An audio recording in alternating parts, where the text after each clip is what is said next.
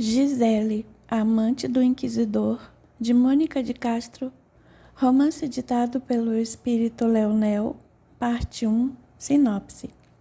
Durante séculos, a Inquisição dominou boa parte do mundo, levando a toda sorte de crimes cometidos em nome da justiça divina, que passava pelo tortuoso caminho da ganância. Nesse contexto, Gisele, amante do poderoso Monsenhor, se utilizava da beleza para seduzir, enganar e entregar hereges criminosos nas mãos do inquisidor, angariando com isso riqueza e influência. Para tanto, não hesitava em mentir, trair e manipular poderosas energias da treva, que lhe valeram não apenas bens materiais, como também sérios comprometimentos futuros. Mas a vida não espalha injustiças, e nada passa impunemente aos olhos de Deus e da própria consciência. Prefácio. Todos nós temos algo de bom. Por pior que alguém possa parecer, basta que lhe prestemos atenção para descobrirmos que ninguém é totalmente despido de bondade. Alguns se afeiçoam apenas aos animais, outros amam tão somente os filhos, outros ainda procuram proteger seus comparsas. Todo sentimento sincero, ainda que direcionado aos mais empedernidos, revela a semente de bondade latente dentro de nós. Não existe no mundo quem não tenha praticado uma ação digna, por menor e mais insignificante que possa parecer. Não há aquele cujos pensamentos e sentimentos, por uma fração de segundo que seja, não tenha se voltado para o seu irmão com uma pontinha de piedade ou arrependimento. Isso porque todos nós, sem exceção, somos dotados da centelha divina que nos acompanha desde a nossa criação. Alguns mais ávidos e mais corajosos aprendem mais rapidamente essa verdade e logo alcançam a paz interior, alçando planos mais elevados de compreensão. Outros mais empedernidos teimam em persistir apegados a falsos valores de felicidade e se perdem nas vias do terror, infligindo-se sofrimentos e vicissitudes que poderiam ser contornados. Mas todos, inexoravelmente, estamos caminhando em direção ao mesmo objetivo. Todos almejamos crescer, aprender, aceder ao invisível de uma forma plena e segura, mais consciente, menos sofrida, mais verdadeira e amorosa. É para isso que lutamos, caímos, nos levantamos. É com esse objetivo que enveredamos pelo espinhoso caminho da descrença, da culpa, do orgulho, do desamor, da crueldade. Não são esses sentimentos aspectos negativos do caráter humano. São meras etapas necessárias à compreensão do verdadeiro amor. Muitas vezes, é preciso conhecer o mal para que possamos valorizar o bem e aceitarmos como verdade absoluta em nossos corações. Assim é a vida, desde seus primórdios. Em todos os tempos, todas as eras, todos os lugares, o homem vem travando furiosa batalha consigo mesmo, contra seus instintos, seus temores, seu orgulho.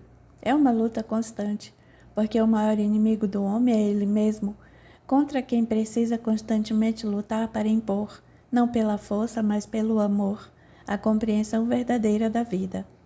E é com esse sentimento que devemos entender as épocas mais negras da história, aquelas cuja lembrança nos causa arrepios e em que pensamos nada existir de bom. Em tudo na vida há um bem, ainda que só apareça o mal, porque o mal é mera ilusão. O que vulgarmente chamamos de mal não passa de uma falsa compreensão das verdades divinas. Quando realmente conseguirmos alcançar a magnitude dos desígnios de Deus, estaremos prontos para olhar o mal como algo que ainda é necessário, ao menos por enquanto, para que possamos realmente compreender o bem, porque o bem nada mais é do que uma singela consolidação das leis da natureza. A natureza não erra nem é má, ela simplesmente existe, simplesmente acontece. A natureza é assim, assim também o bem.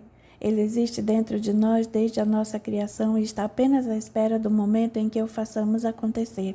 Deus está sempre conosco, ainda que não desejemos, ainda que não acreditemos nele, porque é infinito em amor e sabedoria, em compreensão e benevolência. Sabe de tudo o que necessitamos, antes mesmo que pensamos em lhe pedir. E sabe que todos nós, em essência, não somos nem maus nem cruéis, Somos ignorantes e imaturos, mas inteligentes o bastante para reconhecer quando é chegada a hora de abandonar a infância das trevas e aprender. Leonel. Prólogo.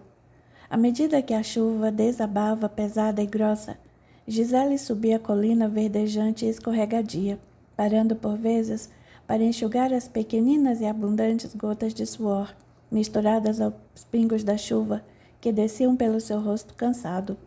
O vento soprava insistente e veloz, fazendo com que o corpo de Gisele envergasse para trás, dificultando-lhe a caminhada. Ao longe, trovões ribombavam furiosos, acompanhando os raios que faiscavam no céu tempestuoso. Efetivamente, Gisele estava no meio de uma tormenta e não tinha certeza se conseguiria seguir adiante. Em dado momento, parou e olhou para baixo, espantada com tanto que já havia subido, sem nem se dar conta. Suas pernas começavam a doer, talvez em função do sofrimento que lhes fora impingido, e uma forte exaustão começou a tomar conta de todo o seu corpo.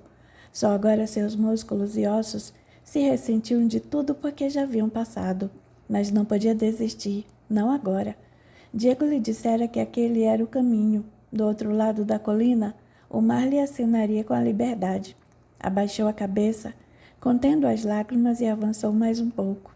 Não faltava muito agora e tinha que prosseguir. Já perdera muito em sua vida, mas precisava viver. Devia isso a Ramon, que morrera para não ter que matá-la. Parou por instantes, olhos eneivoados pelo pranto e pela chuva, e tornou a subir. Sentia-se só e desamparada, mais até do que quando estivera presa. Ramon estava morto, e ela não podia mais contar com Esteban. Ele a abandonara. O homem que fora o primeiro amante em sua vida, e a quem chegara a amar como pai, vira-lhe as costas covardemente. Ou será que tinha algo a ver com tudo aquilo? Teria sido Esteban, que a delatara e depois, por medo e covardia, não ousara mais encará-la. Não sabia ao certo. Por diversas vezes Esteban alertara de que ela fosse presa. Nada poderia fazer para salvá-la. Não, ele não a traíra. Acovardara-se temendo manchar seu nome e sua reputação.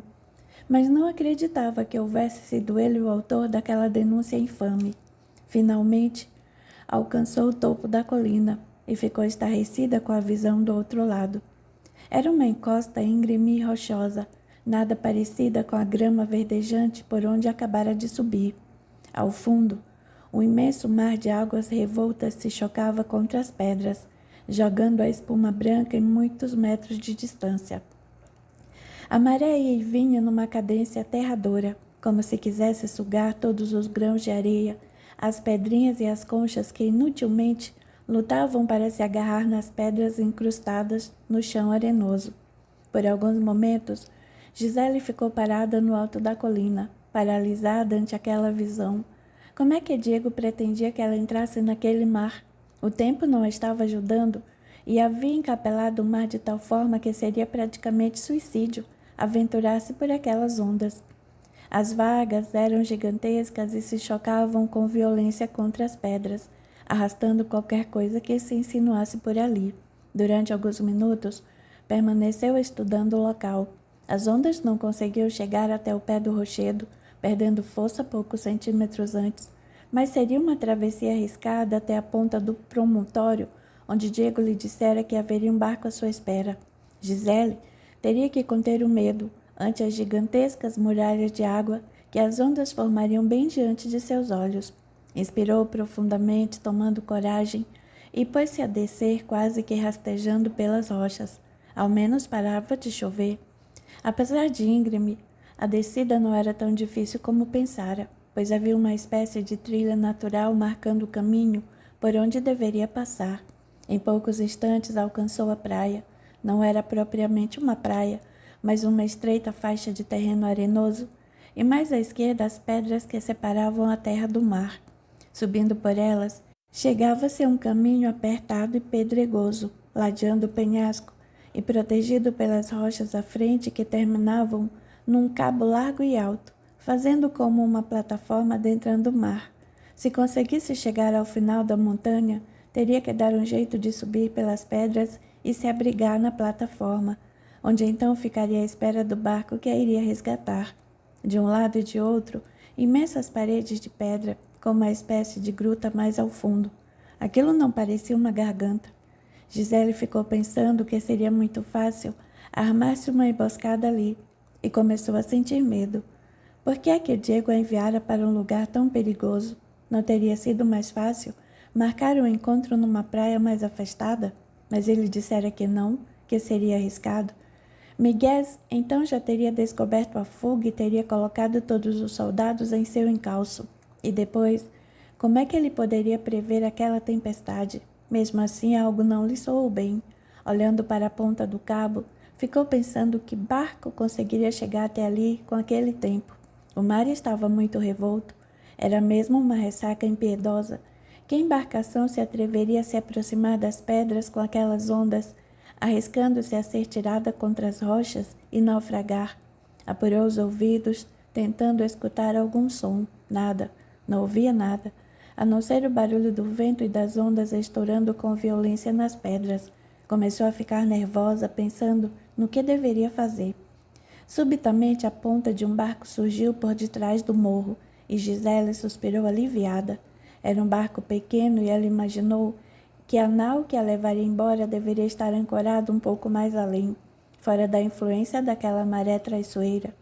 Não sabia como faria para alcançar o barquinho, mas imaginou que alguém deveria lhe jogar uma corda ou algo parecido, puxando-a para bordo antes que as vagas a atirassem contra as rochas do cabo.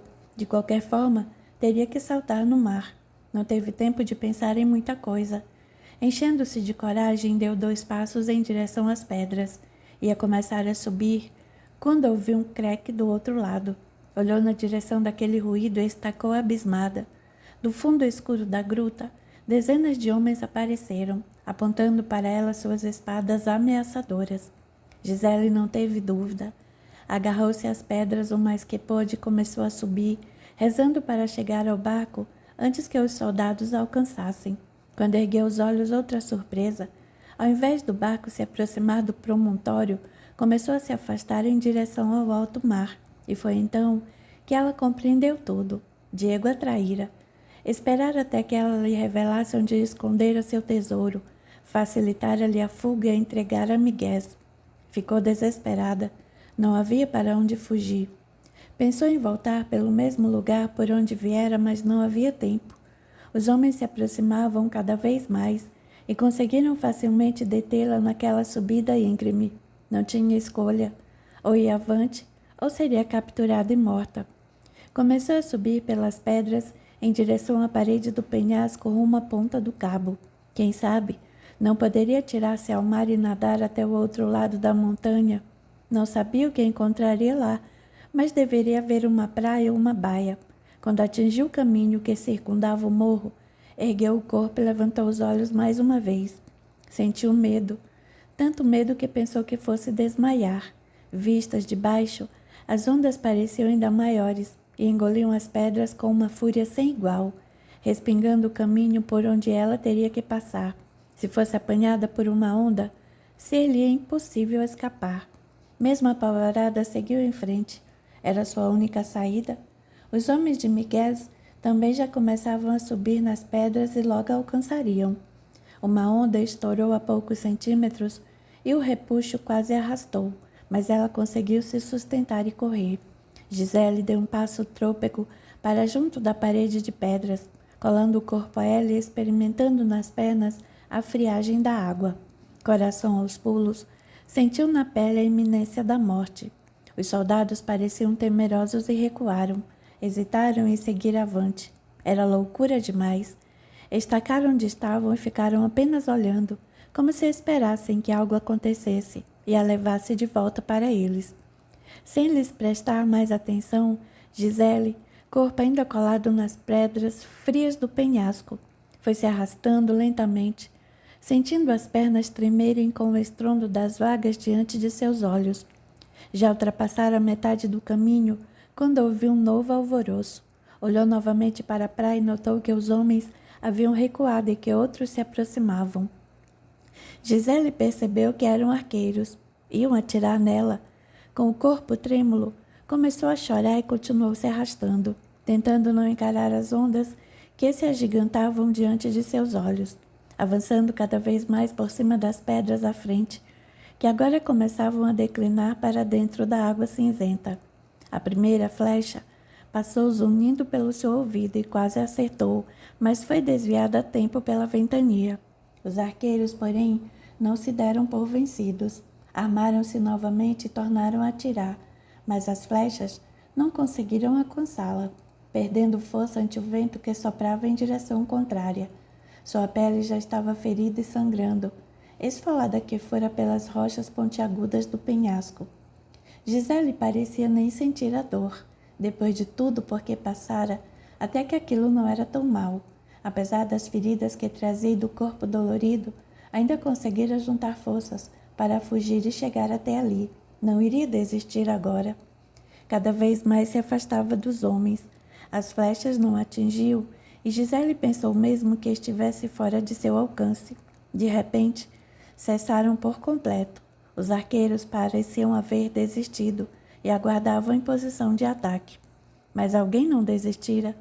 Gisele já o havia visto uma vez há muito tempo, quando ele a fora buscar para ir à masmorra ver Manuela. Era homem da confiança de Esteban. Estava certa. Aquilo a encheu de tristeza. Então, aqueles soldados estavam ali não amando de Miguel, como a princípio pensara, mas do próprio Esteban. O soldado olhou para onde Gisele estava, estudando rapidamente o local, e soltou a armadura e a espada no chão. Começou a subir pelas pedras com habilidade e destreza, esgueirando-se com cuidado e evitando o encontro com as ondas, logo chegando à encosta por onde ela se arrastava. Sem nem olhar para o mar, encostou-se à parede e começou a se arrastar também. Gisele se apavorou. Estava claro que ele alcançaria em pouco tempo, antes mesmo que ela pudesse atingir a ponta do promontório e subir na plataforma. Tentou andar mais rápido, mas as ondas a detinham. Elas pareciam estourar cada vez mais perto agora, e não foram poucas as vezes em que tivera que parar para não ser atingida pela sua fúria incontida. Quase no final estacou novamente. As pedras adiante, que protegiam a pequenina trilha encostada na montanha, praticamente desapareciam sob a água, e as ondas ganhavam força, chocando-se contra o promontório com mais violência.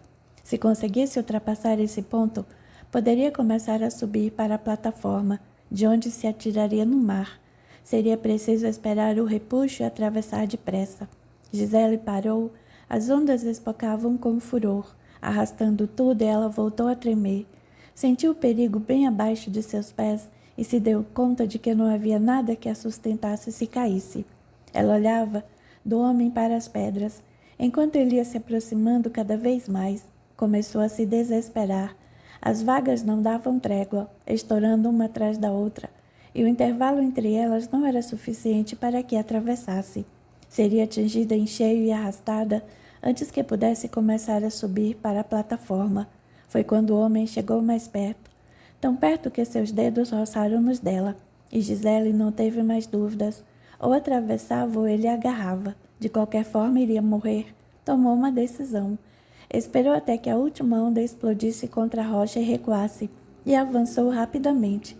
Mas não tão rápido que não pudesse evitar o choque com a nova onda que estourou em seguida a primeira, tão grande que logo a encobriu. Apesar de atirada contra a parede com força descomunal, Gisele ainda teve forças para se segurar nas pedras, mas o repuxo foi tão violento que ela não conseguiu manter-se agarrada, e sentiu-se arrancada do chão e envolvida pela espuma branca e gelada da onda. Subitamente, seu corpo todo estremeceu, como se ela estivesse sendo embrulhada e sacudida por imensa massa cinza. Estendeu os braços para a frente e sentiu que não alcançava nada além da parede líquida e cinzenta, que a ia tragando. Sentiu-se arrastada e esticou ao máximo a ponta dos pés, tentando tocar algo sólido. Em poucos instantes, viu-se coberta pelo mar, sendo arrastada cada vez mais fundo. Seu corpo, apanhado pela correnteza, era agora levado para longe. Não teve tempo de chorar. Já havia engolido muita água e começou a sentir que sufocava. Não lutava mais, era inútil. Seu corpo continuava sendo arrastado pela correnteza e ela sabia que o fim era inevitável. Tentou não abrir a boca, para não engolir água. Em dado momento, sentindo-se asfixiar, inspirou profundamente pelo nariz e sentiu a corrente de água invadindo-lhe os pulmões, ao mesmo tempo em que fragmentos de sua vida lhe vieram à mente em questões de segundos. A última coisa em que pôde pensar foi na solidão. Nunca antes em toda a sua vida, Gisele havia se sentido tão só. Deixou-se dominar por profunda tristeza, vendo-se na iminência da morte, sozinha no fundo do oceano, sem ninguém com quem compartilhar sua dor. As testemunhas silenciosas de seu suplício jamais poderiam atestar a dor daquele momento. Gisele sentiu-se morrer em completa solidão, o corpo livre e solto no mar, distante de tudo que um dia representara sua vida. Com um movimento mecânico, parou onde estava e ficou olhando seu corpo sendo arrastado para o fundo do oceano. Como é que aquilo podia estar acontecendo? Não havia morrido? Morrera. Gisele não sabia explicar, mas estava quase certa de que havia morrido. Seu corpo provavelmente se fora, e o que permanecia ali era tão somente o seu espírito. Desgrudara-se da matéria e ela continuava boiando na água, ainda imersa, confusa demais para entender o que estava acontecendo. Será que ainda respirava? Aterrada, balançou a cabeça de um lado para o outro e percebeu que ainda continuava no fundo do mar. Corpo ou espírito, o fato é que não estava mais sendo arrastada. Teria tudo sido ilusão e ela ainda permanecia viva? Subitamente sentiu que o ar lhe faltava. Estava viva. Os mortos não precisam respirar? Então não morrera, desmaiara. Talvez, mas estava viva, viva. Capítulo 1. Já passava das 8 horas da manhã quando Esteban acordou. Tinha tido um dia cansativo na véspera. Foram muitos os interrogatórios que tivera que presidir. O último, de um camponês acusado de pacto com as trevas, deixara-o particularmente esgotado. Fora difícil fazer o homem confessar, mas Esteban acabara convencendo. Não conseguira, porém, misericórdia para o seu crime. O homem seria executado na fogueira dali a alguns dias como forma de purificação de sua alma possuída. Inspirou profundamente o ar da manhã e deixou que o sol atingisse seu rosto. Gostava de sol. Passava grande parte do tempo no calabouço, interrogando os prisioneiros, e sua vista já começava a se ressentir da escuridão.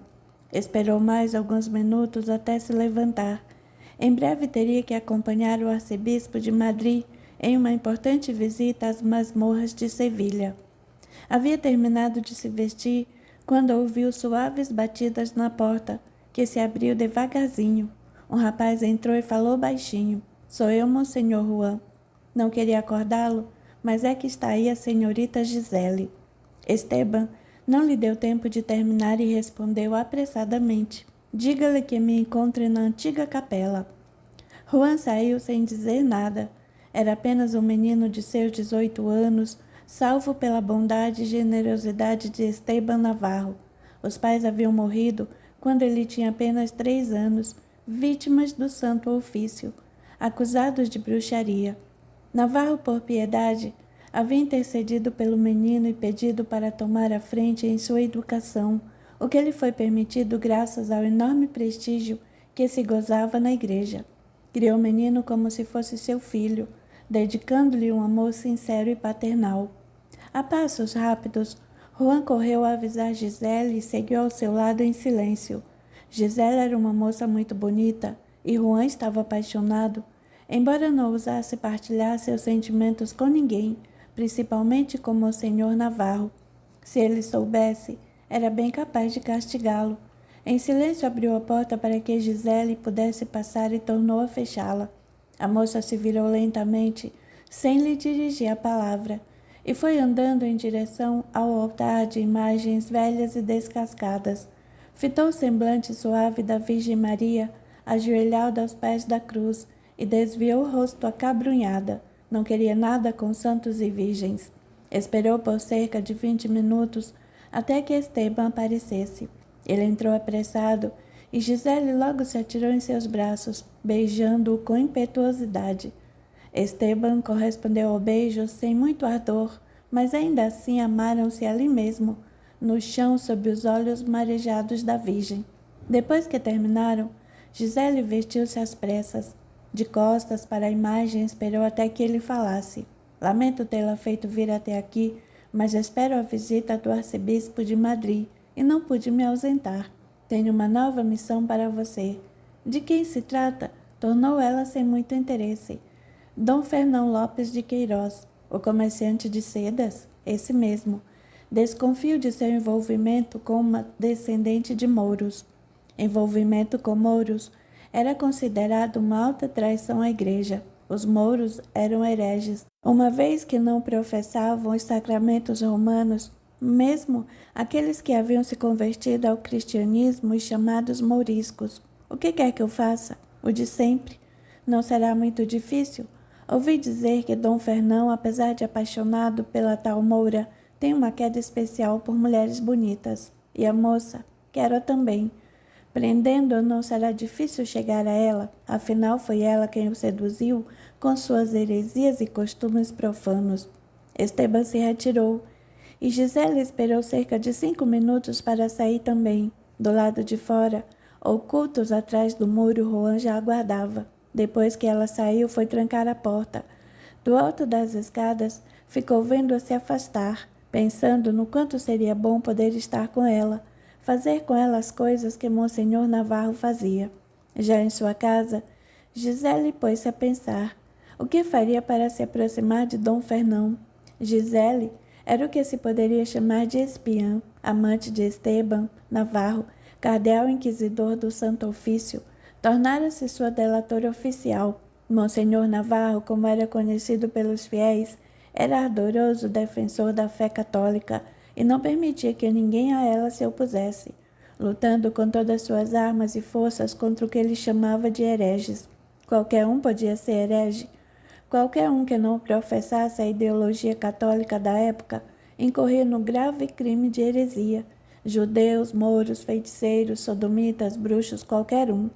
Esteban envidara as mais ferrenhas perseguições contra os hereges, acreditando estar defendendo e preservando a verdadeira fé cristã. Julgava-se juiz da vontade divina, a quem fora outorgado o direito de reprimir e punir todo aquele que tentasse macular os dogmas católicos. Seus métodos, embora cruéis, eram considerados adequados para a salvação das almas caídas no pecado, e a tortura nada mais era do que instrumento divino de purificação. Essa era a sua crença. Os artifícios utilizados para prender os hereges, por mais desleais e sórdidos que pudessem parecer, eram justificados pelo bem que ele julgava fazer aqueles apanhados em pecado. Para prender os hereges, Esteban contava com o concurso dos delatores. Qualquer um podia denunciar uma heresia, sendo mesmo um dever de todo cidadão temente a Deus. E era exatamente isso que a Gisele fazia. Dona de uma beleza exótica, além de profunda conhecedora de magia negra, era-lhe muito fácil atrair e seduzir os suspeitos indicados por Esteban, deles obtendo as duvidosas confissões que serviam de base à instauração dos processos. Os hereges, em sua maioria, eram pessoas muito ricas, cujos bens eram logo confiscados pela igreja. Como prêmio ao delator, cabia-lhe metade do patrimônio do acusado, ficando a outra metade em poder do clero. Nessas circunstâncias, Gisele enriqueceu, juntou uma boa soma em ouro e joias e comprou uma bonita e confortável mansão nos arredores de Sevilha, onde vivia em companhia de 2 escravas negras, Belita e Belinda, compradas de um mercador português. Entrando em casa, Gisele seguiu direto para o porão, abriu a pesada porta e entrou. Era ali que ela se dedicava à arte da magia. Havia vidros com líquidos estranhos, raízes de plantas desconhecidas, caixas com insetos e aranhas, ossos e caveiras, sangue de diversos animais engarrafado em pequenos frascos e cuidadosamente dispostos sobre uma prateleira. Mas no fundo, encostada à parede, uma pesada estante de livros, repleta de volumes sobre magia e conhecimentos ocultos. Tudo ali tinha sua serventia. Sempre que se deparava com um caso importante ou difícil, recorria aos seus apetrechos de bruxaria. Era o caso de Dom Fernão, embora Esteban lhe garantisse Que o homem tinha lá suas fraquezas por mulheres bonitas, era bom não facilitar. Ele podia estar muito apaixonado pela tal Moura e ela talvez encontrasse alguma dificuldade para seduzi-lo. Juntou alguns ingredientes, apanhou um livro de capa negra e abriu sobre a mesa. Escreveu o nome completo de Dom Fernão com sangue de bicho e pôs-se a preparar seu feitiço. Ela não tinha nenhum objeto que lhe pertencesse, o que teria facilitado as coisas, visto que dele poderia extrair sua própria energia. Mesmo assim, preparou tudo. Invocou os espíritos das trevas, ofereceu-lhes presentes e sangue de animais, prometendo-lhes carne fresca de bode, caso conseguisse alcançar o seu intento. Depois que terminou, saiu e foi para a floresta, onde costumava colocar essas oferendas. Escolheu um canto mais escuro e afastado e depositou tudo no chão, invocando novamente os espíritos das trevas, que logo acorreram sequiosos de sangue. Recitou algumas palavras extraídas do livro, espargiu pó de ervas e minerais poderosos pelo chão e voltou para casa. Já estava pronta para se encontrar com Dom Fernão. Capítulo 2. Lucena pousou o bordado que tinha nas mãos sobre o colo e olhou para o portão. Uma carruagem acabara de atravessá-lo. Vinha calma e serena, e ela sorriu para si mesma. Levantou-se apressada, depositou o bordado sobre a cadeira e ajeitou o vestido, preparando seu melhor sorriso para receber seu visitante. A porta da carruagem se abriu e um jovem extremamente atraente desceu, estirando as mãos para a moça. Minha doce Lucena, disse ele em tom jovial. Ah, Ramon, respondeu ela lacrimosa. Por que demorou tanto? Quase morro de preocupação e saudade. Ele deu um sorriso maroto e apertou sua bochecha, acrescentando com compreensão. Eu sei, mas os negócios me impediram de partir mais cedo, e depois sabe como são os compromissos sociais. Espero que nenhuma portuguesa tenha se engraçado com você. Minha querida, o que é isso? Gracejou. Sabe muito bem que só tenho olhos para você. Assim espero. E seu pai onde está? Foi a uma reunião com o Monsenhor Navarro. Monsenhor Navarro, por quê? Não sei. Coisas das quais não devo me preocupar segundo ele. Então não se ocupe com elas. Tenho coisa mais importante em que pensar. É verdade. Nosso casamento, por exemplo. Já pensou numa data? Ramon tossiu meio sem jeito e tentou desculpar-se. Sabe que ainda é cedo para isso. Por quê? Você já me fez a corte há quase um ano. Não sei por que esperar mais. Mês que vem completo 18 anos, já estou ficando velha. Deixe de tolices, Lucena. Você ainda é muito jovem, mas vou acabar ficando velha se você não se resolver logo. Você sabe que não quero me precipitar. Seu pai é um homem rico e poderoso, e eu jurei a ele que não deixaria faltar nada a você. Enquanto não me igualar a ele em fortuna, não poderemos nos casar. Não acha que está exagerando? Você também é rico. Não precisa ter a fortuna de meu pai. Com um sorriso forçado, Ramon não respondeu. Puxou-a pelo braço e saiu caminhando com ela pelo jardim, pensando que não tinha mais nenhuma desculpa para dar. Homem rico? Só podia ser piada. Há muito Ramon deixara de ser rico. Seu patrimônio estava praticamente dilapidado, comprometido pelos vícios e exageros. Aos poucos ia vendendo suas propriedades, sem que Lucena ou seu pai soubessem. Se Dom Fernão descobrisse, era bem capaz de obrigá-lo a terminar tudo com ela. Não podia permitir isso. Precisava dar um jeito de salvar alguma coisa antes que ele percebesse. E o romance de Dom Fernão? Mudou de assunto. Como vai?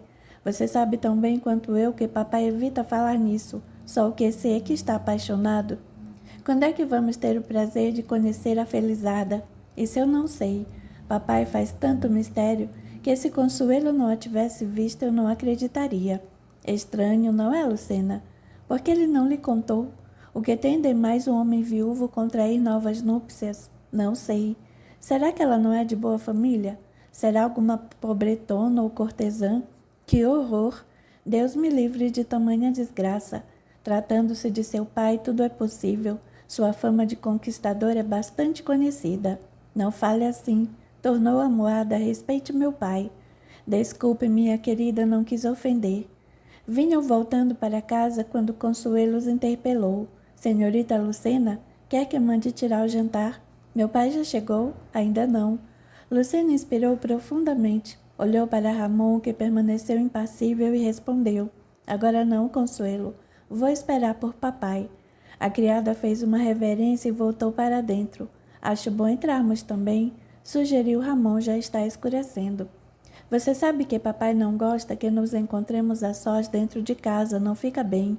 Mas Consuelo não está? Consuelo está ocupada com suas obrigações, não vai ficar nos vigiando. Virou-lhe as costas e começou a caminhar em direção ao banco em que estivera sentada antes dele chegar, mas Ramon segurou sua mão e a puxou. Espere, balbuciou a voz trêmula, demonstrando a emoção. Para onde vai? Vamos para o jardim esperar. Não lhe deu tempo de concluir. Tapou sua boca com um beijo ardoroso, que ela correspondeu a princípio. Aos poucos, recobrando o domínio sobre si mesma, afastou-se dele e empurrou com brusquidão, ao mesmo tempo que censurava. Por que me toma, Ramon? Por alguma ordinária?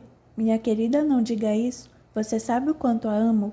Mas não devia ter feito isso, não fica bem. Não tem ninguém olhando, que mal pode haver. Não está direito. Somos noivos. Vamos nos casar. Isso não conta? Ela hesitou. Seu pai vivia lhe dizendo que não deixasse nenhum homem encostar-lhe a mão. Mesmo Ramon. Os homens eram todos iguais. Só pensavam em sexo. Se algum homem a desonrasse antes do casamento, ela estaria perdida. Lucena não respondeu e afastou-se dele acabrunhada, indo sentar-se no banco e apanhando o bordado. Está escuro para bordar, ponderou Ramon. Por que não conversamos? Ela tornou a pousar o bordado no colo, encarou-o com olhos penetrantes e retrucou friamente. Só se você prometer que não vai mais me beijar. Ramon engoliu a raiva. Gostava de Lucena e pretendia se casar com ela. Contudo, todas as vezes em que tentava se aproximar, ela o repelia sempre com a mesma desculpa. Não ficava bem. Aquilo o irritava deveras. Ainda que Lucena resistisse em se entregar a ele, podia ao menos permitir-lhe beijos e carícias, mas até isso ela lhe negava. Creio que já é hora de ir. Tornou de má vontade. Está ficando tarde e seu pai pode não gostar. Fingindo não perceber a ironia em seu tom de voz, Lucena segurou-lhe as mãos e considerou. Não fique bravo, Ramon, eu o amo. Mas você me trata como se eu fosse um aproveitador. Faz sentir-me mal. Perdoe-me, mas é que não tenho mais mãe. Temo não saber me conduzir adequadamente pela vida. Mas não tem pai, ora essa? Ele não a orienta? Não cuida para que nada de mal lhe aconteça? Ela sentiu, pois é. Tanto que deu permissão para que eu lhe fizesse a corte. Já estamos noivos, Lucena, noivos? Eu sei. E depois não estamos fazendo nada demais. Por favor, perdoe-me. Não falemos mais sobre isso. Tente entender. Eu amo e quero que tudo dê certo entre nós. Fitando-a com um misto de paixão e raiva, ele acabou por assentir. Está certo, não vamos mais discutir, mas é que também a amo e quero-a só para mim, é natural. Sei que é, mas podemos esperar até o casamento, não podemos? Ele assentiu contrariado. Nesse instante, a carruagem de Dom Fernão cruzou os portões e em poucos segundos parava defronte a eles. Dom Fernão saltou e os cumprimentou formalmente. Está tudo bem, papai? Arriscou Lucena. Apesar do ar de preocupação, Fernão conseguiu responder com aparente naturalidade. Está tudo bem, minha filha. O que Monsenhor Navarro queria com o senhor? Nada demais, queria tratar de uma doação. Se puder ajudar-lhe em alguma coisa, Dom Fernão, acrescentou Ramon com fingido interesse. Não, meu rapaz, obrigado. Deixe que eu mesmo cuido disso. E depois, como disse, não é nada demais. Monsenhor Navarro espera mais dinheiro, como se o que eu lhe desse fosse pouco. Passou por eles cabisbaixo e foi subindo as escadas do alpendre. Já jantou o papai. Era Lucena novamente. Ainda não. Quer que mande servir? Por favor. Virou-se para Ramon e indagou de forma cortês. Acompanha-nos ao jantar, Ramon. Se não for incomodar, não é incômodo algum. A propósito, chegou hoje de viagem? E como foram os negócios? Bem, excelente. Folga-me saber que o futuro marido de minha filha é um rapaz sensato e comedido. Ramon deu um sorriso amarelo e não disse nada. Acompanhou Lucena até o interior da casa e aguardou até que desse as ordens a Consuelo. Ela daria uma excelente esposa. Era linda e culta, e sabia lidar com os empregados muito bem. Que homem não ficaria feliz em tê-la por mulher? Durante todo o jantar, Dom Fernão permaneceu calado e pensativo. A conversa que tivera com Navarro não fora das mais animadoras. Ele não falara claramente, mas viera com uma estranha conversa sobre hereges muçulmanos. Dissera-lhe que qualquer um que se associasse a um mouro seria considerado herege também, e dedicara grande parte de sua entrevista a digressões sobre o Santo Ofício. Embora a conversa não encerrasse nenhum tipo de ameaça, Fernão acabou achando tudo muito estranho. Inspirou profundamente e fitou a filha e o futuro genro. Estava apenas à espera de que eles se casassem para se casar com Blanca. Seria mais fácil para Lucena aceitar seu casamento se ela já estivesse casada. Só que Fernão não sabia que forças ocultas já haviam se derramado sobre ele. Sem que percebesse, duas sombras haviam se postado ao seu lado, prontas para executar o trabalho pelo qual haviam sido pagas, muito bem pagas por Gisele. Capítulo 3. Sentado à sombra de uma figueira, Juan pensava em sua vida. Estava prestes a fazer 19 anos e ainda não conhecera mulher, mas não queria uma mulher qualquer, queria Gisele. Aquilo já estava virando uma obsessão. Gisele era seu último pensamento à noite e o primeiro pela manhã. Juan dormia e acordava com Gisele todos os dias. Sentava-se à mesa ao lado dela, beijava o espelho imaginando beijar Gisele. Mas Gisele, além de mais velha, era concubina de Monsenhor Navarro. Aquilo sim que era um empecilho. Esteban jamais permitiria que ele se aproximasse da amante. Juan, o grito repentino despertou de seus devaneios, e ele se empertigou, respondendo apressado. Sim, Monsenhor Navarro está chamando. Disse para ir agora. Um dos padres veio avisar. Juan ajeitou o hábito e tomou o caminho da abadia, rumo aos aposentos particulares de Esteban. Bateu a porta e entrou, indagando de forma humilde. Mandou chamar Monsenhor. Onde estava Juan? Por que não atendeu ao meu chamado? Desculpe, eu estava lá fora. Bem, não importa. Tenho uma tarefa para você. Foi para a mesa e retirou um papel, colocando-o na mão do rapaz. Quero que leve isso à senhorita Gisele. Esteban nem notou o ar de felicidade de Juan, que retrucou com jovialidade. Devo ir à sua casa? Não. Gisele está na taverna. Para encobrir seus negócios escusos, Gisele comprara uma taverna do outro lado da cidade, onde costumava se apresentar dançando. A clientela era muito boa, não só pelo excelente vinho que servia, mas também pelas apresentações que costumava dar. Muitas pessoas acorriam à sua taverna apenas para vê-la dançar, e ela se deliciava com o efeito que a figura causava principalmente nos homens. Quando Juan chegou, ela estava dançando sobre uma mesa, rodeada de vários homens. Ele ficou admirado. Além de linda, ela parecia despida de qualquer tipo de pudor. Enquanto dançava, Gisele levantava a saia até a altura dos joelhos, levando os homens ao delírio. Como é que Monsenhor Navarro não se importava com aquilo? Monsenhor Navarro não era um homem ciumento, podia ser possessivo e orgulhoso, mas não sentia ciúmes de nada. Por isso não se importava que Gisele dançasse, até gostava. Agradava-lhe ver que outros homens cobiçavam que era dele, e depois ela trabalhava para ele. Já dormira com vários homens e até com algumas mulheres para atender aos seus propósitos. Juan sentou-se a uma mesa e ficou esperando até que ela terminasse o seu número, encantado com sua graça e beleza. Gisele era uma mulher exuberante, de formas perfeitas, tez morena clara e cabelos negros, olhos de um verde escuro e penetrante. Não havia quem não se interessasse por ela. Ela percebia isso porque também se deliciava em provocar os homens e colocá-los a seus pés. Só não dormia com ninguém. Além de Esteban, Gisele só se deitava com os suspeitos de heresia que ele lhe indicava. Quando ela terminou de dançar, desceu da mesa e foi na direção de Juan. O rapaz sentiu que o coração disparava, mas tentou se controlar. Boa tarde, Juan. Cumprimentou ela com um sorriso malicioso. Ele sorriu de volta embevecido e não conseguiu responder. Percebendo seu embaraço, Gisele puxou pela mão e levou para um pequeno aposento situado na parte de trás da taverna, que servia de escritório e gabinete particular. Trancou a porta e fê-lo sentar-se. Muito bem, prosseguiu ela, o que eu traz aqui? Voltando de seu devaneio, Juan se ajeitou na cadeira, retirou a carta do bolso e estendeu-a para ela. Gisele desenrolou o papel e pôs-se a ler, seu semblante se contraindo de vez em quando. Diga a Monsenhor Navarro que está tudo acertado. Já dei início aos preparativos e estou pronta para agir. Juan memorizou o recado e se foi, ainda sob o efeito que a visão estonteante de Gisele havia causado nele. Depois que ele saiu, ela retirou novamente a carta e a releu. Esteban lhe dizia que havia tido uma conversa com Dom Fernão e que o homem parecia assustado. Era hora de agir. Navarro havia lhe pedido como um favor especial que fosse à taverna buscar um pequeno donativo de Gisele para a igreja.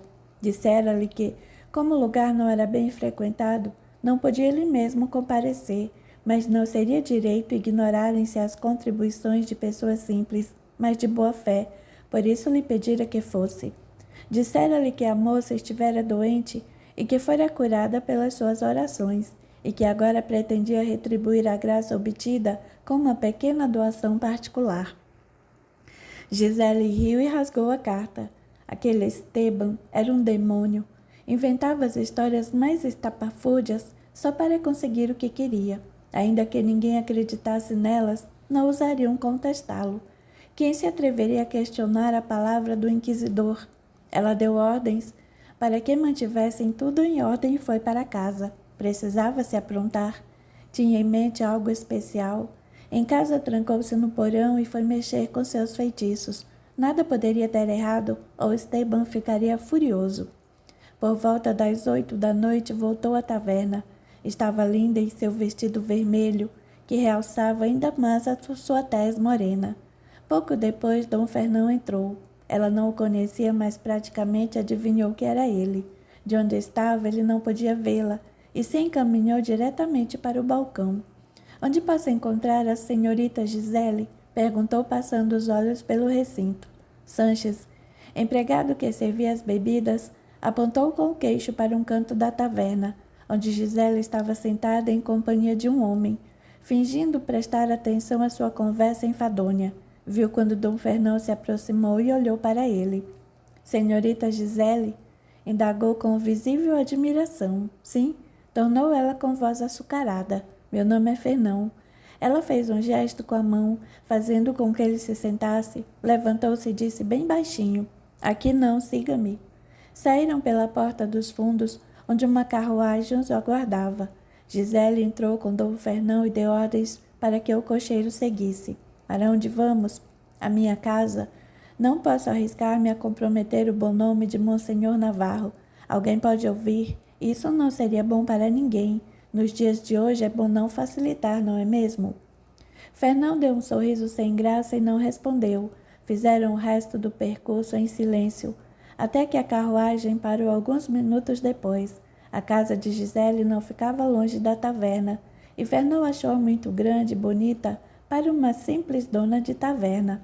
Pensou que talvez Gisele possuísse algum amante rico, mas não disse nada. Não era problema seu e não queria se meter nos assuntos alheios. Ela abriu a porta da frente e chegou para o lado, dando-lhe passagem. Ele entrou primeiro e estudou a sala, admirado com o bom gosto da decoração. Devo confessar que estou impressionado, senhorita Gisele. Além de linda, a senhorita é muito fina e requintada. Veja essas obras de arte. Gisele deu um sorriso maroto e foi apanhar 2 taças de vinho, servindo Dom Fernão e postando-se ao lado dele, diante de um pequeno vaso que ele admirava. É chinês? É sim. Como conseguiu? Ela deu de ombros e voltou para ele os olhos escuros, que a luz das tochas tornava quase negros, e ele sentiu estranha emoção. Nem percebia que 2 sombras de mulher haviam se colado a ele, inspirando-lhe toda sorte de pensamentos lúbricos. Os espíritos chegavam mesmo a perturbá-lo. Embora ele não sentisse os toques fisicamente, foi sendo invadido por um desejo. Sentindo a proximidade do corpo de Gisele, Ele soltou a taça sobre o aparador e fixou seus olhos.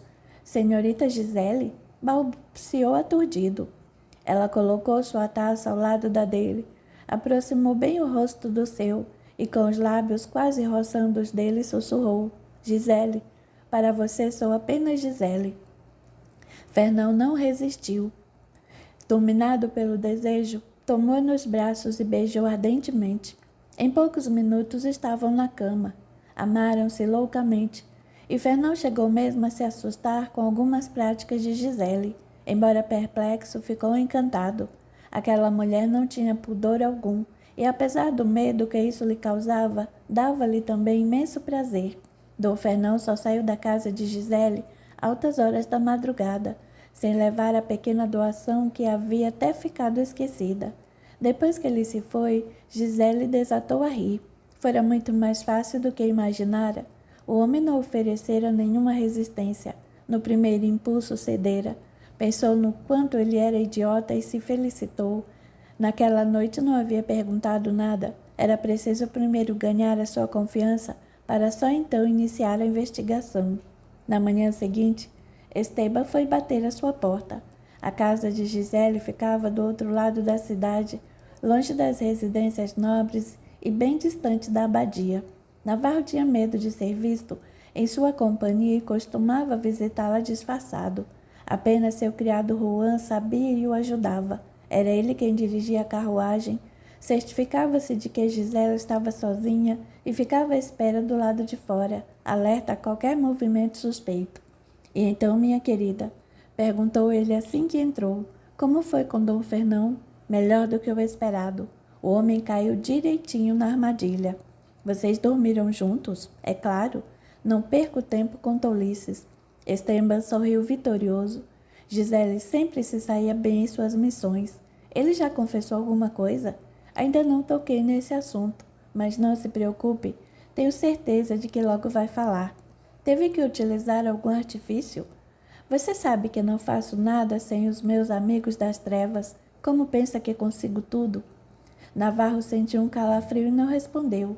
Não queria se envolver com bruxaria. Aquelas práticas heréticas eram duramente combatidas e a punição por demais severa. Gisele não deveria mexer com aquelas coisas, mas ele acabou tolerando-as em razão de sua finalidade. Não as estimulava, mas também não as reprimia. Tudo era permitido para prender um herege. Dom Fernão voltou para casa sentindo o arrependimento corroer-lhe a alma.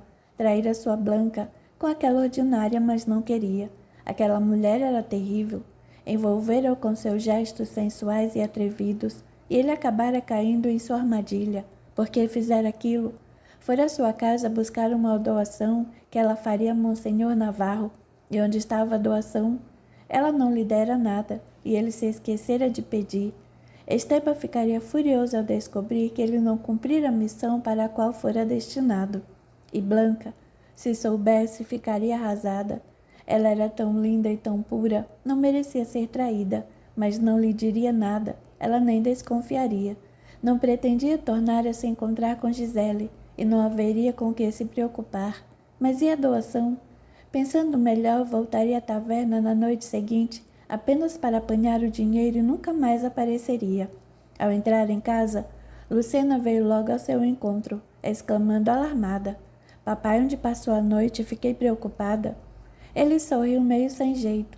Não podia lhe dizer que passara a noite nos braços de uma cortesã, mas também não podia deixar que ela pensasse que dormira em casa de Blanca. Não queria que ela pensasse que sua noiva era uma mulher qualquer. Dormia em casa do senhor Valência. Mentiu. Ficamos conversando sobre negócios. Tomamos muito vinho e quando me dei por mim já estava adormecido sobre as almofadas. Ah, pensei que tivesse passado a noite com a moça. Não passei a noite com moça nenhuma. Ela fez silêncio durante alguns segundos até que indagou cautelosamente. Será que já está na hora de apresentar-me sua noiva?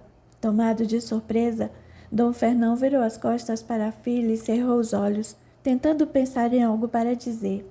Não havia nada, porém. Consuelo os havia visto juntos e contara a Lucena. Todos sabiam de seu romance com Blanca e sua filha não compreendia, porque ele a mantinha em segredo.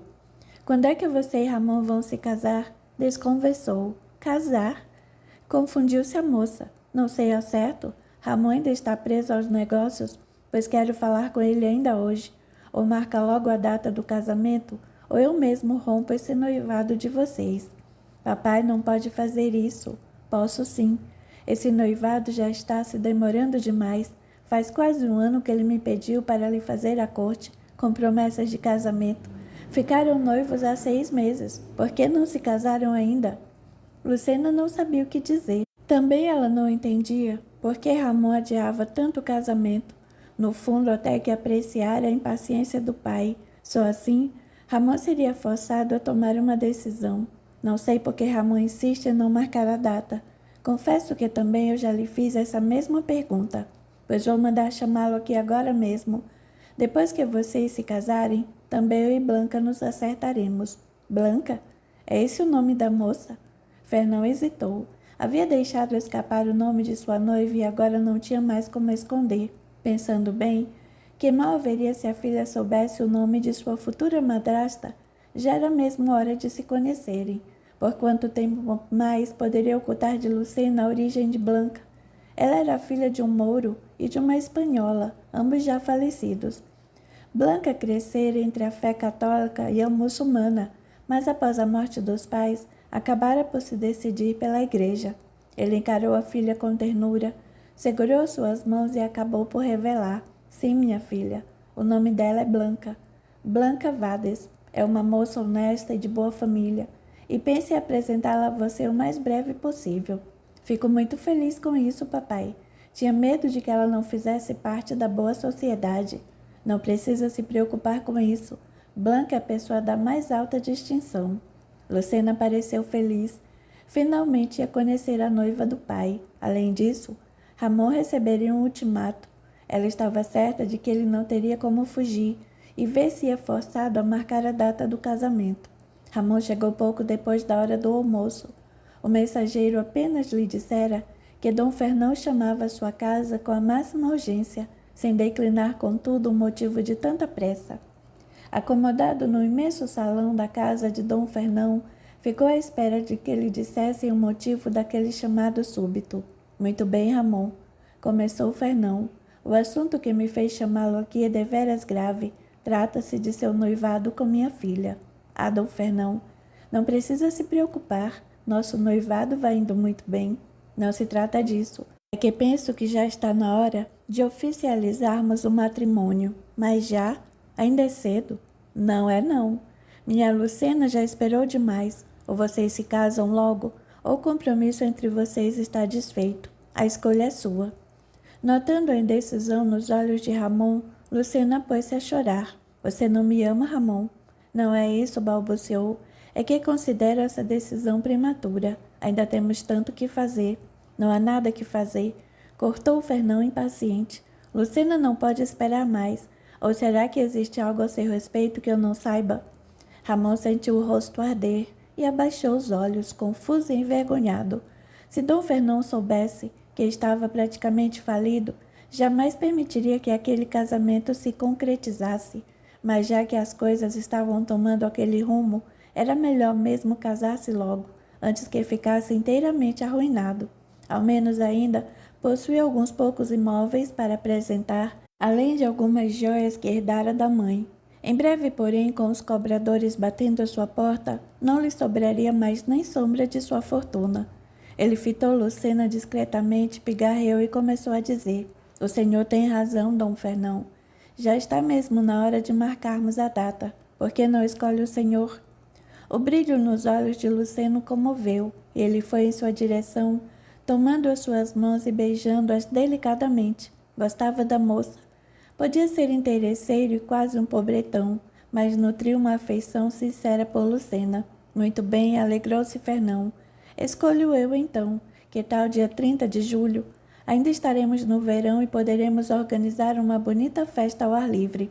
Para mim está ótimo, concordou Ramon com alegria. E para você, Lucena? Mal contendo a felicidade, Lucena concordou. Para mim também, quanto antes melhor. Excelente. Deixem tudo por minha conta. Eu mesmo tratarei a igreja e providenciarei os convites para a festa. Vai ser um banquete luxuoso como nunca antes visto em Sevilha. Dom Fernão sentiu-se mais animado. Depois do casamento da filha, trataria de arranjar o seu. Blanca já não era mais nenhuma menina, mas ficaria feliz com um casamento no estilo tradicional. Afinal, optara por seguir a religião da mãe, deixando de lado os velhos costumes da crença paterna. Ela não merecia a pecha de Moura. Blanca era cristã e merecia integrar-se no seio da comunidade católica, e era o que ele pretendia fazer. Capítulo 4. Já era quase meia-noite, quando Gisele fechou a porta de casa e tomou a direção da floresta. Envolta em seu manto negro, caminhou evitando os raios da lua, ocultando-se na escuridão da noite. Foi andando apressadamente, arrastando um bode que mandara comprar logo pela manhã. Finalmente atingiu uma clareira, o local onde sempre ia para fazer seus sacrifícios, sem que ninguém a visse. As pessoas eram muito impressionáveis e tinham medo da floresta à noite, o que conferia a Gisele uma certa aura de proteção.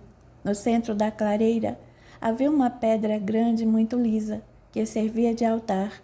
Arrastando o animal, Gisele se dirigiu para lá. Amarrou num galho de árvore caído no chão e ajoelhou-se diante do altar de pedra, proferindo estranhas palavras em latim. Abriu um pano negro aos pés da pedra, nele depositando algumas moedas de prata, um punhal e uma pequena bacia. Em seguida, continuou a fazer suas evocações, chamando os espíritos que haviam ajudado para o banquete que lhes oferecia. Pouco depois, apanhou o animal. Gisele ergueu cuidadosamente e deitou-o sobre a pedra, segurando-o firme pelo pescoço com uma das mãos. Com a outra, levantou o punhal, sempre proferindo palavras estranhas.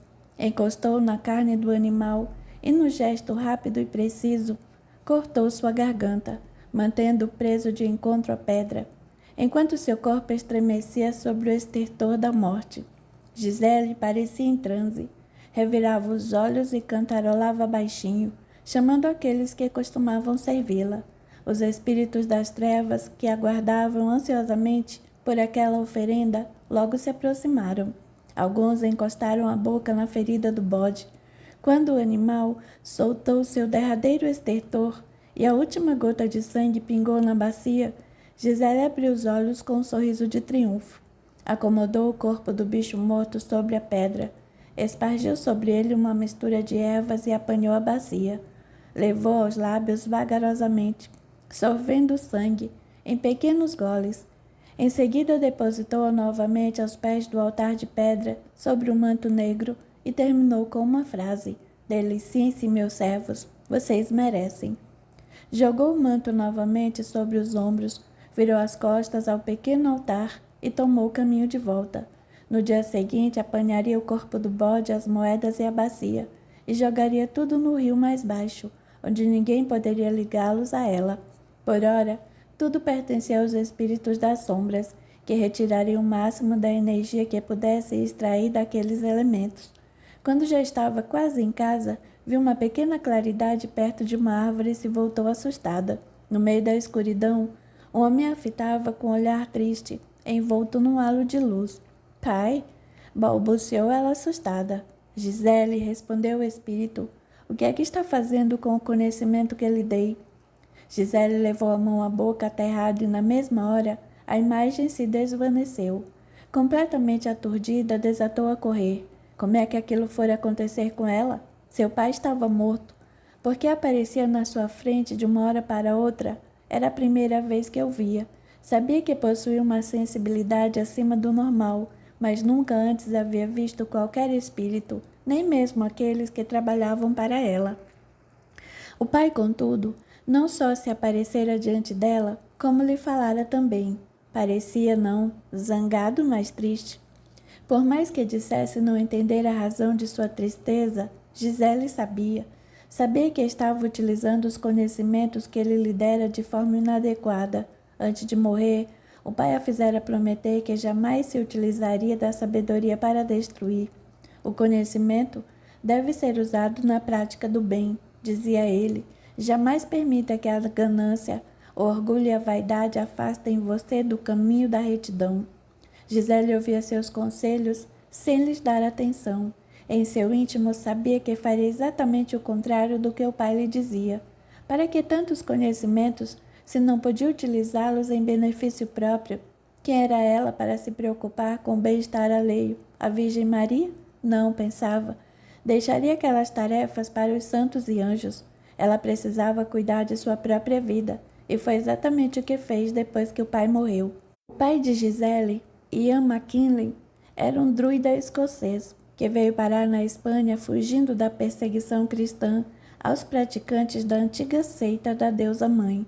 Não tencionava fixar residência na Espanha, temendo a Inquisição, mas de passagem por Cartagena, acabou conhecendo Pilar, por quem se apaixonara e com quem se casara. Dessa união, nasceu-lhes a única filha, batizada com o nome de Gisele, que era a alegria do pai. Desde a mais tenra infância, Ian ensinou Gisele os mistérios da sabedoria druida. A menina demonstrava grande interesse por aquela magia, embora não comungasse dos ideais do pai. Podia amá-lo profundamente, mas tensionava usar aqueles conhecimentos para conseguir algumas vantagens pessoais. Sua família era pobre e ela pretendia enriquecer. Quando Ian morreu, Gisele contava apenas 15 anos e já era uma bruxa praticamente feita. A mãe morria de medo, temendo que alguém a denunciasse aos padres, mas Gisele a tranquilizava, dizendo que ninguém sabia nada de sua vida. Um ano depois, a mãe contraiu novas núpcias. O padrasto de Gisele era um bêbado preguiçoso, que ficava em casa enquanto a mãe se matava de trabalhar para sustentar a família. Gisele o odiava. Um dia, quando ele tentou violentá-la, decidiu-se. Não podia mais viver ali. Precisava partir o quanto antes. Arrumou suas trouxas e fugiu, levando livros perigosos e proibidos na bagagem. Foi para Sevilha. Apesar do Tribunal do Santo Ofício, a cidade a atraía.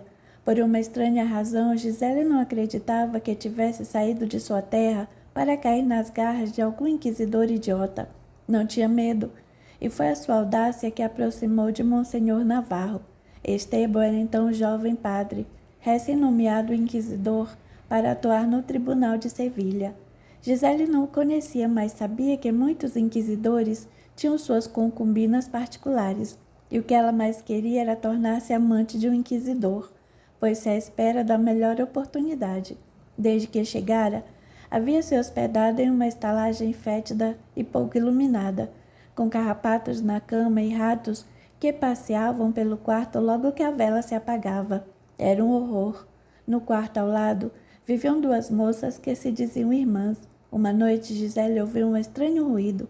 Do outro lado da parede, alguém gemia. Encostou o ouvido à parede e escutou. Efetivamente, eram gemidos que escutava.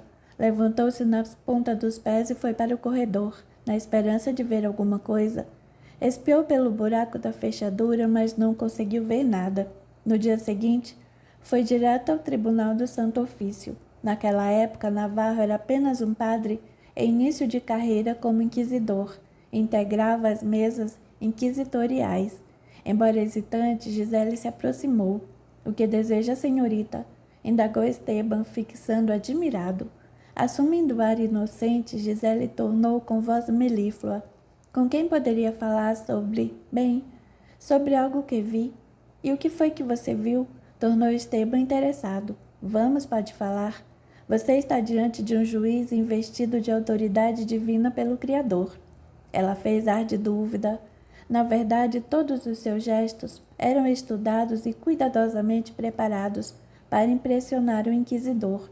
Ela queria parecer ingênua e preocupada com a moral cristã, e não ser tomada por uma devassa invejosa ou algo parecido. "Bem", continuou ela em tom hesitante, "não sei se é apropriado falar."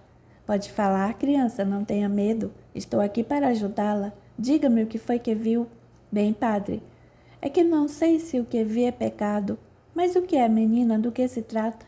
Esteban já estava ficando impaciente e ela achou que já era hora de contar. Chegou o corpo para a frente, expôs os seios mal cobertos pelo vestido e começou a sussurrar. "É que moro onde há duas moças, que bem o senhor sabe." Calou-se envergonhada. "O quê?" tornou Esteban. já dominado pelas entidades que acompanhavam Gisele. Pode falar, senhorita. Gisele. Pode falar, Gisele. Lembre-se de que está no lugar santo. Pecado é calar sobre algo que pode ser uma heresia. Gisele inspirou profundamente, chegou o rosto bem perto do seu e tornou a sussurrar. Bem, padre. Como eu ia dizendo, moro numa pequena estalagem nos arredores da cidade. Nada de luxo porque não posso pagar. Acontece que na outra noite ouvi um gemido estranho. Fiquei assustada, pensando que as moças que vivem no quarto ao lado estivessem passando mal. Pensando em oferecer-lhes ajuda, fui até seu quarto. Bati na porta, mas ninguém respondeu. Então fiz algo que nunca antes havia feito. Olhei pelo buraco da fechadura. Sei que é errado, padre, mas minha intenção era ajudar. As moças podiam estar doentes, impossibilitadas de abrir a porta. Sei, tornou Esteban, cada vez mais impaciente. Mas e daí o que foi que viu? Jura que nada vai me acontecer se eu falar? Ela fingia tão bem que Esteban realmente acreditou na sua inocência e no seu medo. Já magnetizado por ela, respondeu com doçura. Um padre não precisa jurar, minha filha, pois sua palavra já é a palavra de Deus. Contudo, se vai se sentir melhor, eu juro. Não, mas só que nada irá lhe acontecer, mas querer ajudá-la no que for preciso. Ela sorriu intimamente, exultando com sua vitória. Sabia que eu havia conquistado e falou bem baixinho. Quando eu espiei pela fechadura, vi que estavam nuas, agarradas. O padre abriu a boca estupefato e ela prosseguiu. Fiquei apavorada. Nunca antes havia visto nada semelhante. Sufoquei um grito de pavor e voltei ao meu quarto, pensando no que eu deveria fazer. Aquilo não estava certo. Foi então que me ocorreu procurar o tribunal. Não sei se isso é heresia, mas achei que era minha obrigação contar o que vi. Gisele não havia visto nada, mas mentia tão bem que qualquer um acreditaria. Contudo, tinha certeza de que as moças estiveram mesmo se amando. Esteban tomou nota de tudo o que ela dizia e logo procedeu à abertura do processo inquisitorial. Gisele não sabia o nome das moças, mas deu o endereço a Esteban e voltou para a estalagem. Naquela mesma noite, soldados invadiram o quarto ao lado do seu e as moças foram surpreendidas nos braços uma da outra. Gisele escutou barulho de luta, gritos desesperados, choros convulsos. A voz de Esteban se elevava furiosa, excomungando as moças, e ela riu vitoriosa. Voltou para sua cama e aguardou. Poucos minutos depois ouviu batidas na porta. Levantou-se e foi abrir. Senhorita Gisele, começou Esteban a dizer. Tinha razão. O demônio habita o corpo daquelas duas. Elas foram presas. A essa altura já devem estar nas masmorras. Pobres moças. Não se lamente. Você fez o que era certo. Deus deve estar muito satisfeito com você. Fez uma pausa e ficou olhando para ela, até que acrescentou embevecido. Você é tão linda. Ela baixou os olhos, fingindo-se envergonhada, e retrucou com voz sumida. Padre, nem sei o seu nome. Esteban. Esteban Navarro. Ela soltou um suspiro e deixou que 2 lágrimas caíssem de seu rosto. Esteban estava encantado. Ela era uma jovem muito sensível e atraente, e não merecia viver naquela espelunca. Onde estão seus pais? Tornou ele com genuína preocupação. Morreram. E você ficou só. Sim, meu senhor. Não tenho ninguém por mim. Pois agora tem, não se preocupe, vou ajudá-la. Vai por quê? Porque sou um homem generoso e você é uma criança desamparada. É meu dever cuidar de você. Era tudo que Gisela esperava ouvir. No dia seguinte, Esteban tirou-a da estalagem e acomodou-a numa pequenina casa, um pouco afastada da cidade. Logo tomou-a por amante. Com o tempo, o romance entre os dois foi se intensificando. Sempre que aparecia, Esteban lhe contava sobre seus casos, falava que havia muitos hereges que ainda conseguiu escapar do poder do Santo Ofício. Foi quando a ideia lhe surgiu e Gisele se ofereceu para ajudar. Era uma mulher bonita e não lhe seria difícil obter uma confissão dos suspeitos ou reunir elementos que os incriminassem. Bastava que os seduzisse e eles acabariam por se entregar. E foi exatamente o que aconteceu. Utilizando-se de seus conhecimentos de magia das trevas, Gisele atraiu os suspeitos, ganhava sua confiança e fazia com que lhe contassem tudo sobre suas vidas. Diante das informações que ela lhe passava, Esteban avaliava se havia algo herético na vida dos suspeitos, e todos eram conduzidos aos calabouços, torturados, espoliados e mortos. Esteban sentiu-se gratificado. Logo honrado com o título de Monsenhor, em breve foi consagrado bispo, para depois receber o título de cardeal, e passou a presidir os processos de inquisição, abandonando as mesas inquisitoriais e dedicando-se à prática da tortura para obter a confissão. Gisele também foi gratificada. Tornou-se uma mulher rica e Esteban lhe comprou a taverna para cobertar o seu ofício. Aos poucos, Esteban foi tomando conhecimento das práticas de magia de Gisele. Embora assustado a princípio, acabou se acostumando. Era graças aos conhecimentos de Gisele que conseguiam prender muitos hereges. Poucos eram os que lhe escapavam, e quando isso acontecia, até Esteban os acreditava inocentes, desistindo de persegui-los e acusá-los. Só os inocentes não se tornavam prisioneiros das forças das trevas, nem do magnetismo de Gisele. Ele não sabia o quanto estava certo. Por mais que Gisele soubesse manipular os espíritos das sombras, nada do que fizesse surtiria efeito nas almas dignas, íntegras e bondosas. Os trabalhadores do mal, muitas das vezes, nem conseguiam chegar perto dessas casas, barrados que eram, antes mesmo de adentrarem suas casas, pelos espíritos de luz encarregados de zelar pela sua segurança. Outras vezes, as vítimas chegavam a titubear, mas a fé em Deus e a oração sincera acabavam por reequilibrar os seus pensamentos, e os espíritos das trevas eram afastados após curto período de perturbação. Gisele sabia que seu maior inimigo era a fé que algumas pessoas possuíam em Deus. A princípio, sempre que encontrava a resistência de alguém, desdobrava-se em oferendas, certa de que acabaria conseguindo minar a força do inimigo. Mas o amor e a fé em Deus se sobrepõem a todo e qualquer malefício, por mais poderoso e sombrio que seja, e Gisele acabou se convencendo de que não possuía poder algum contra os mais religiosos, como ela, em sua ignorância, os compreendia e os chamava.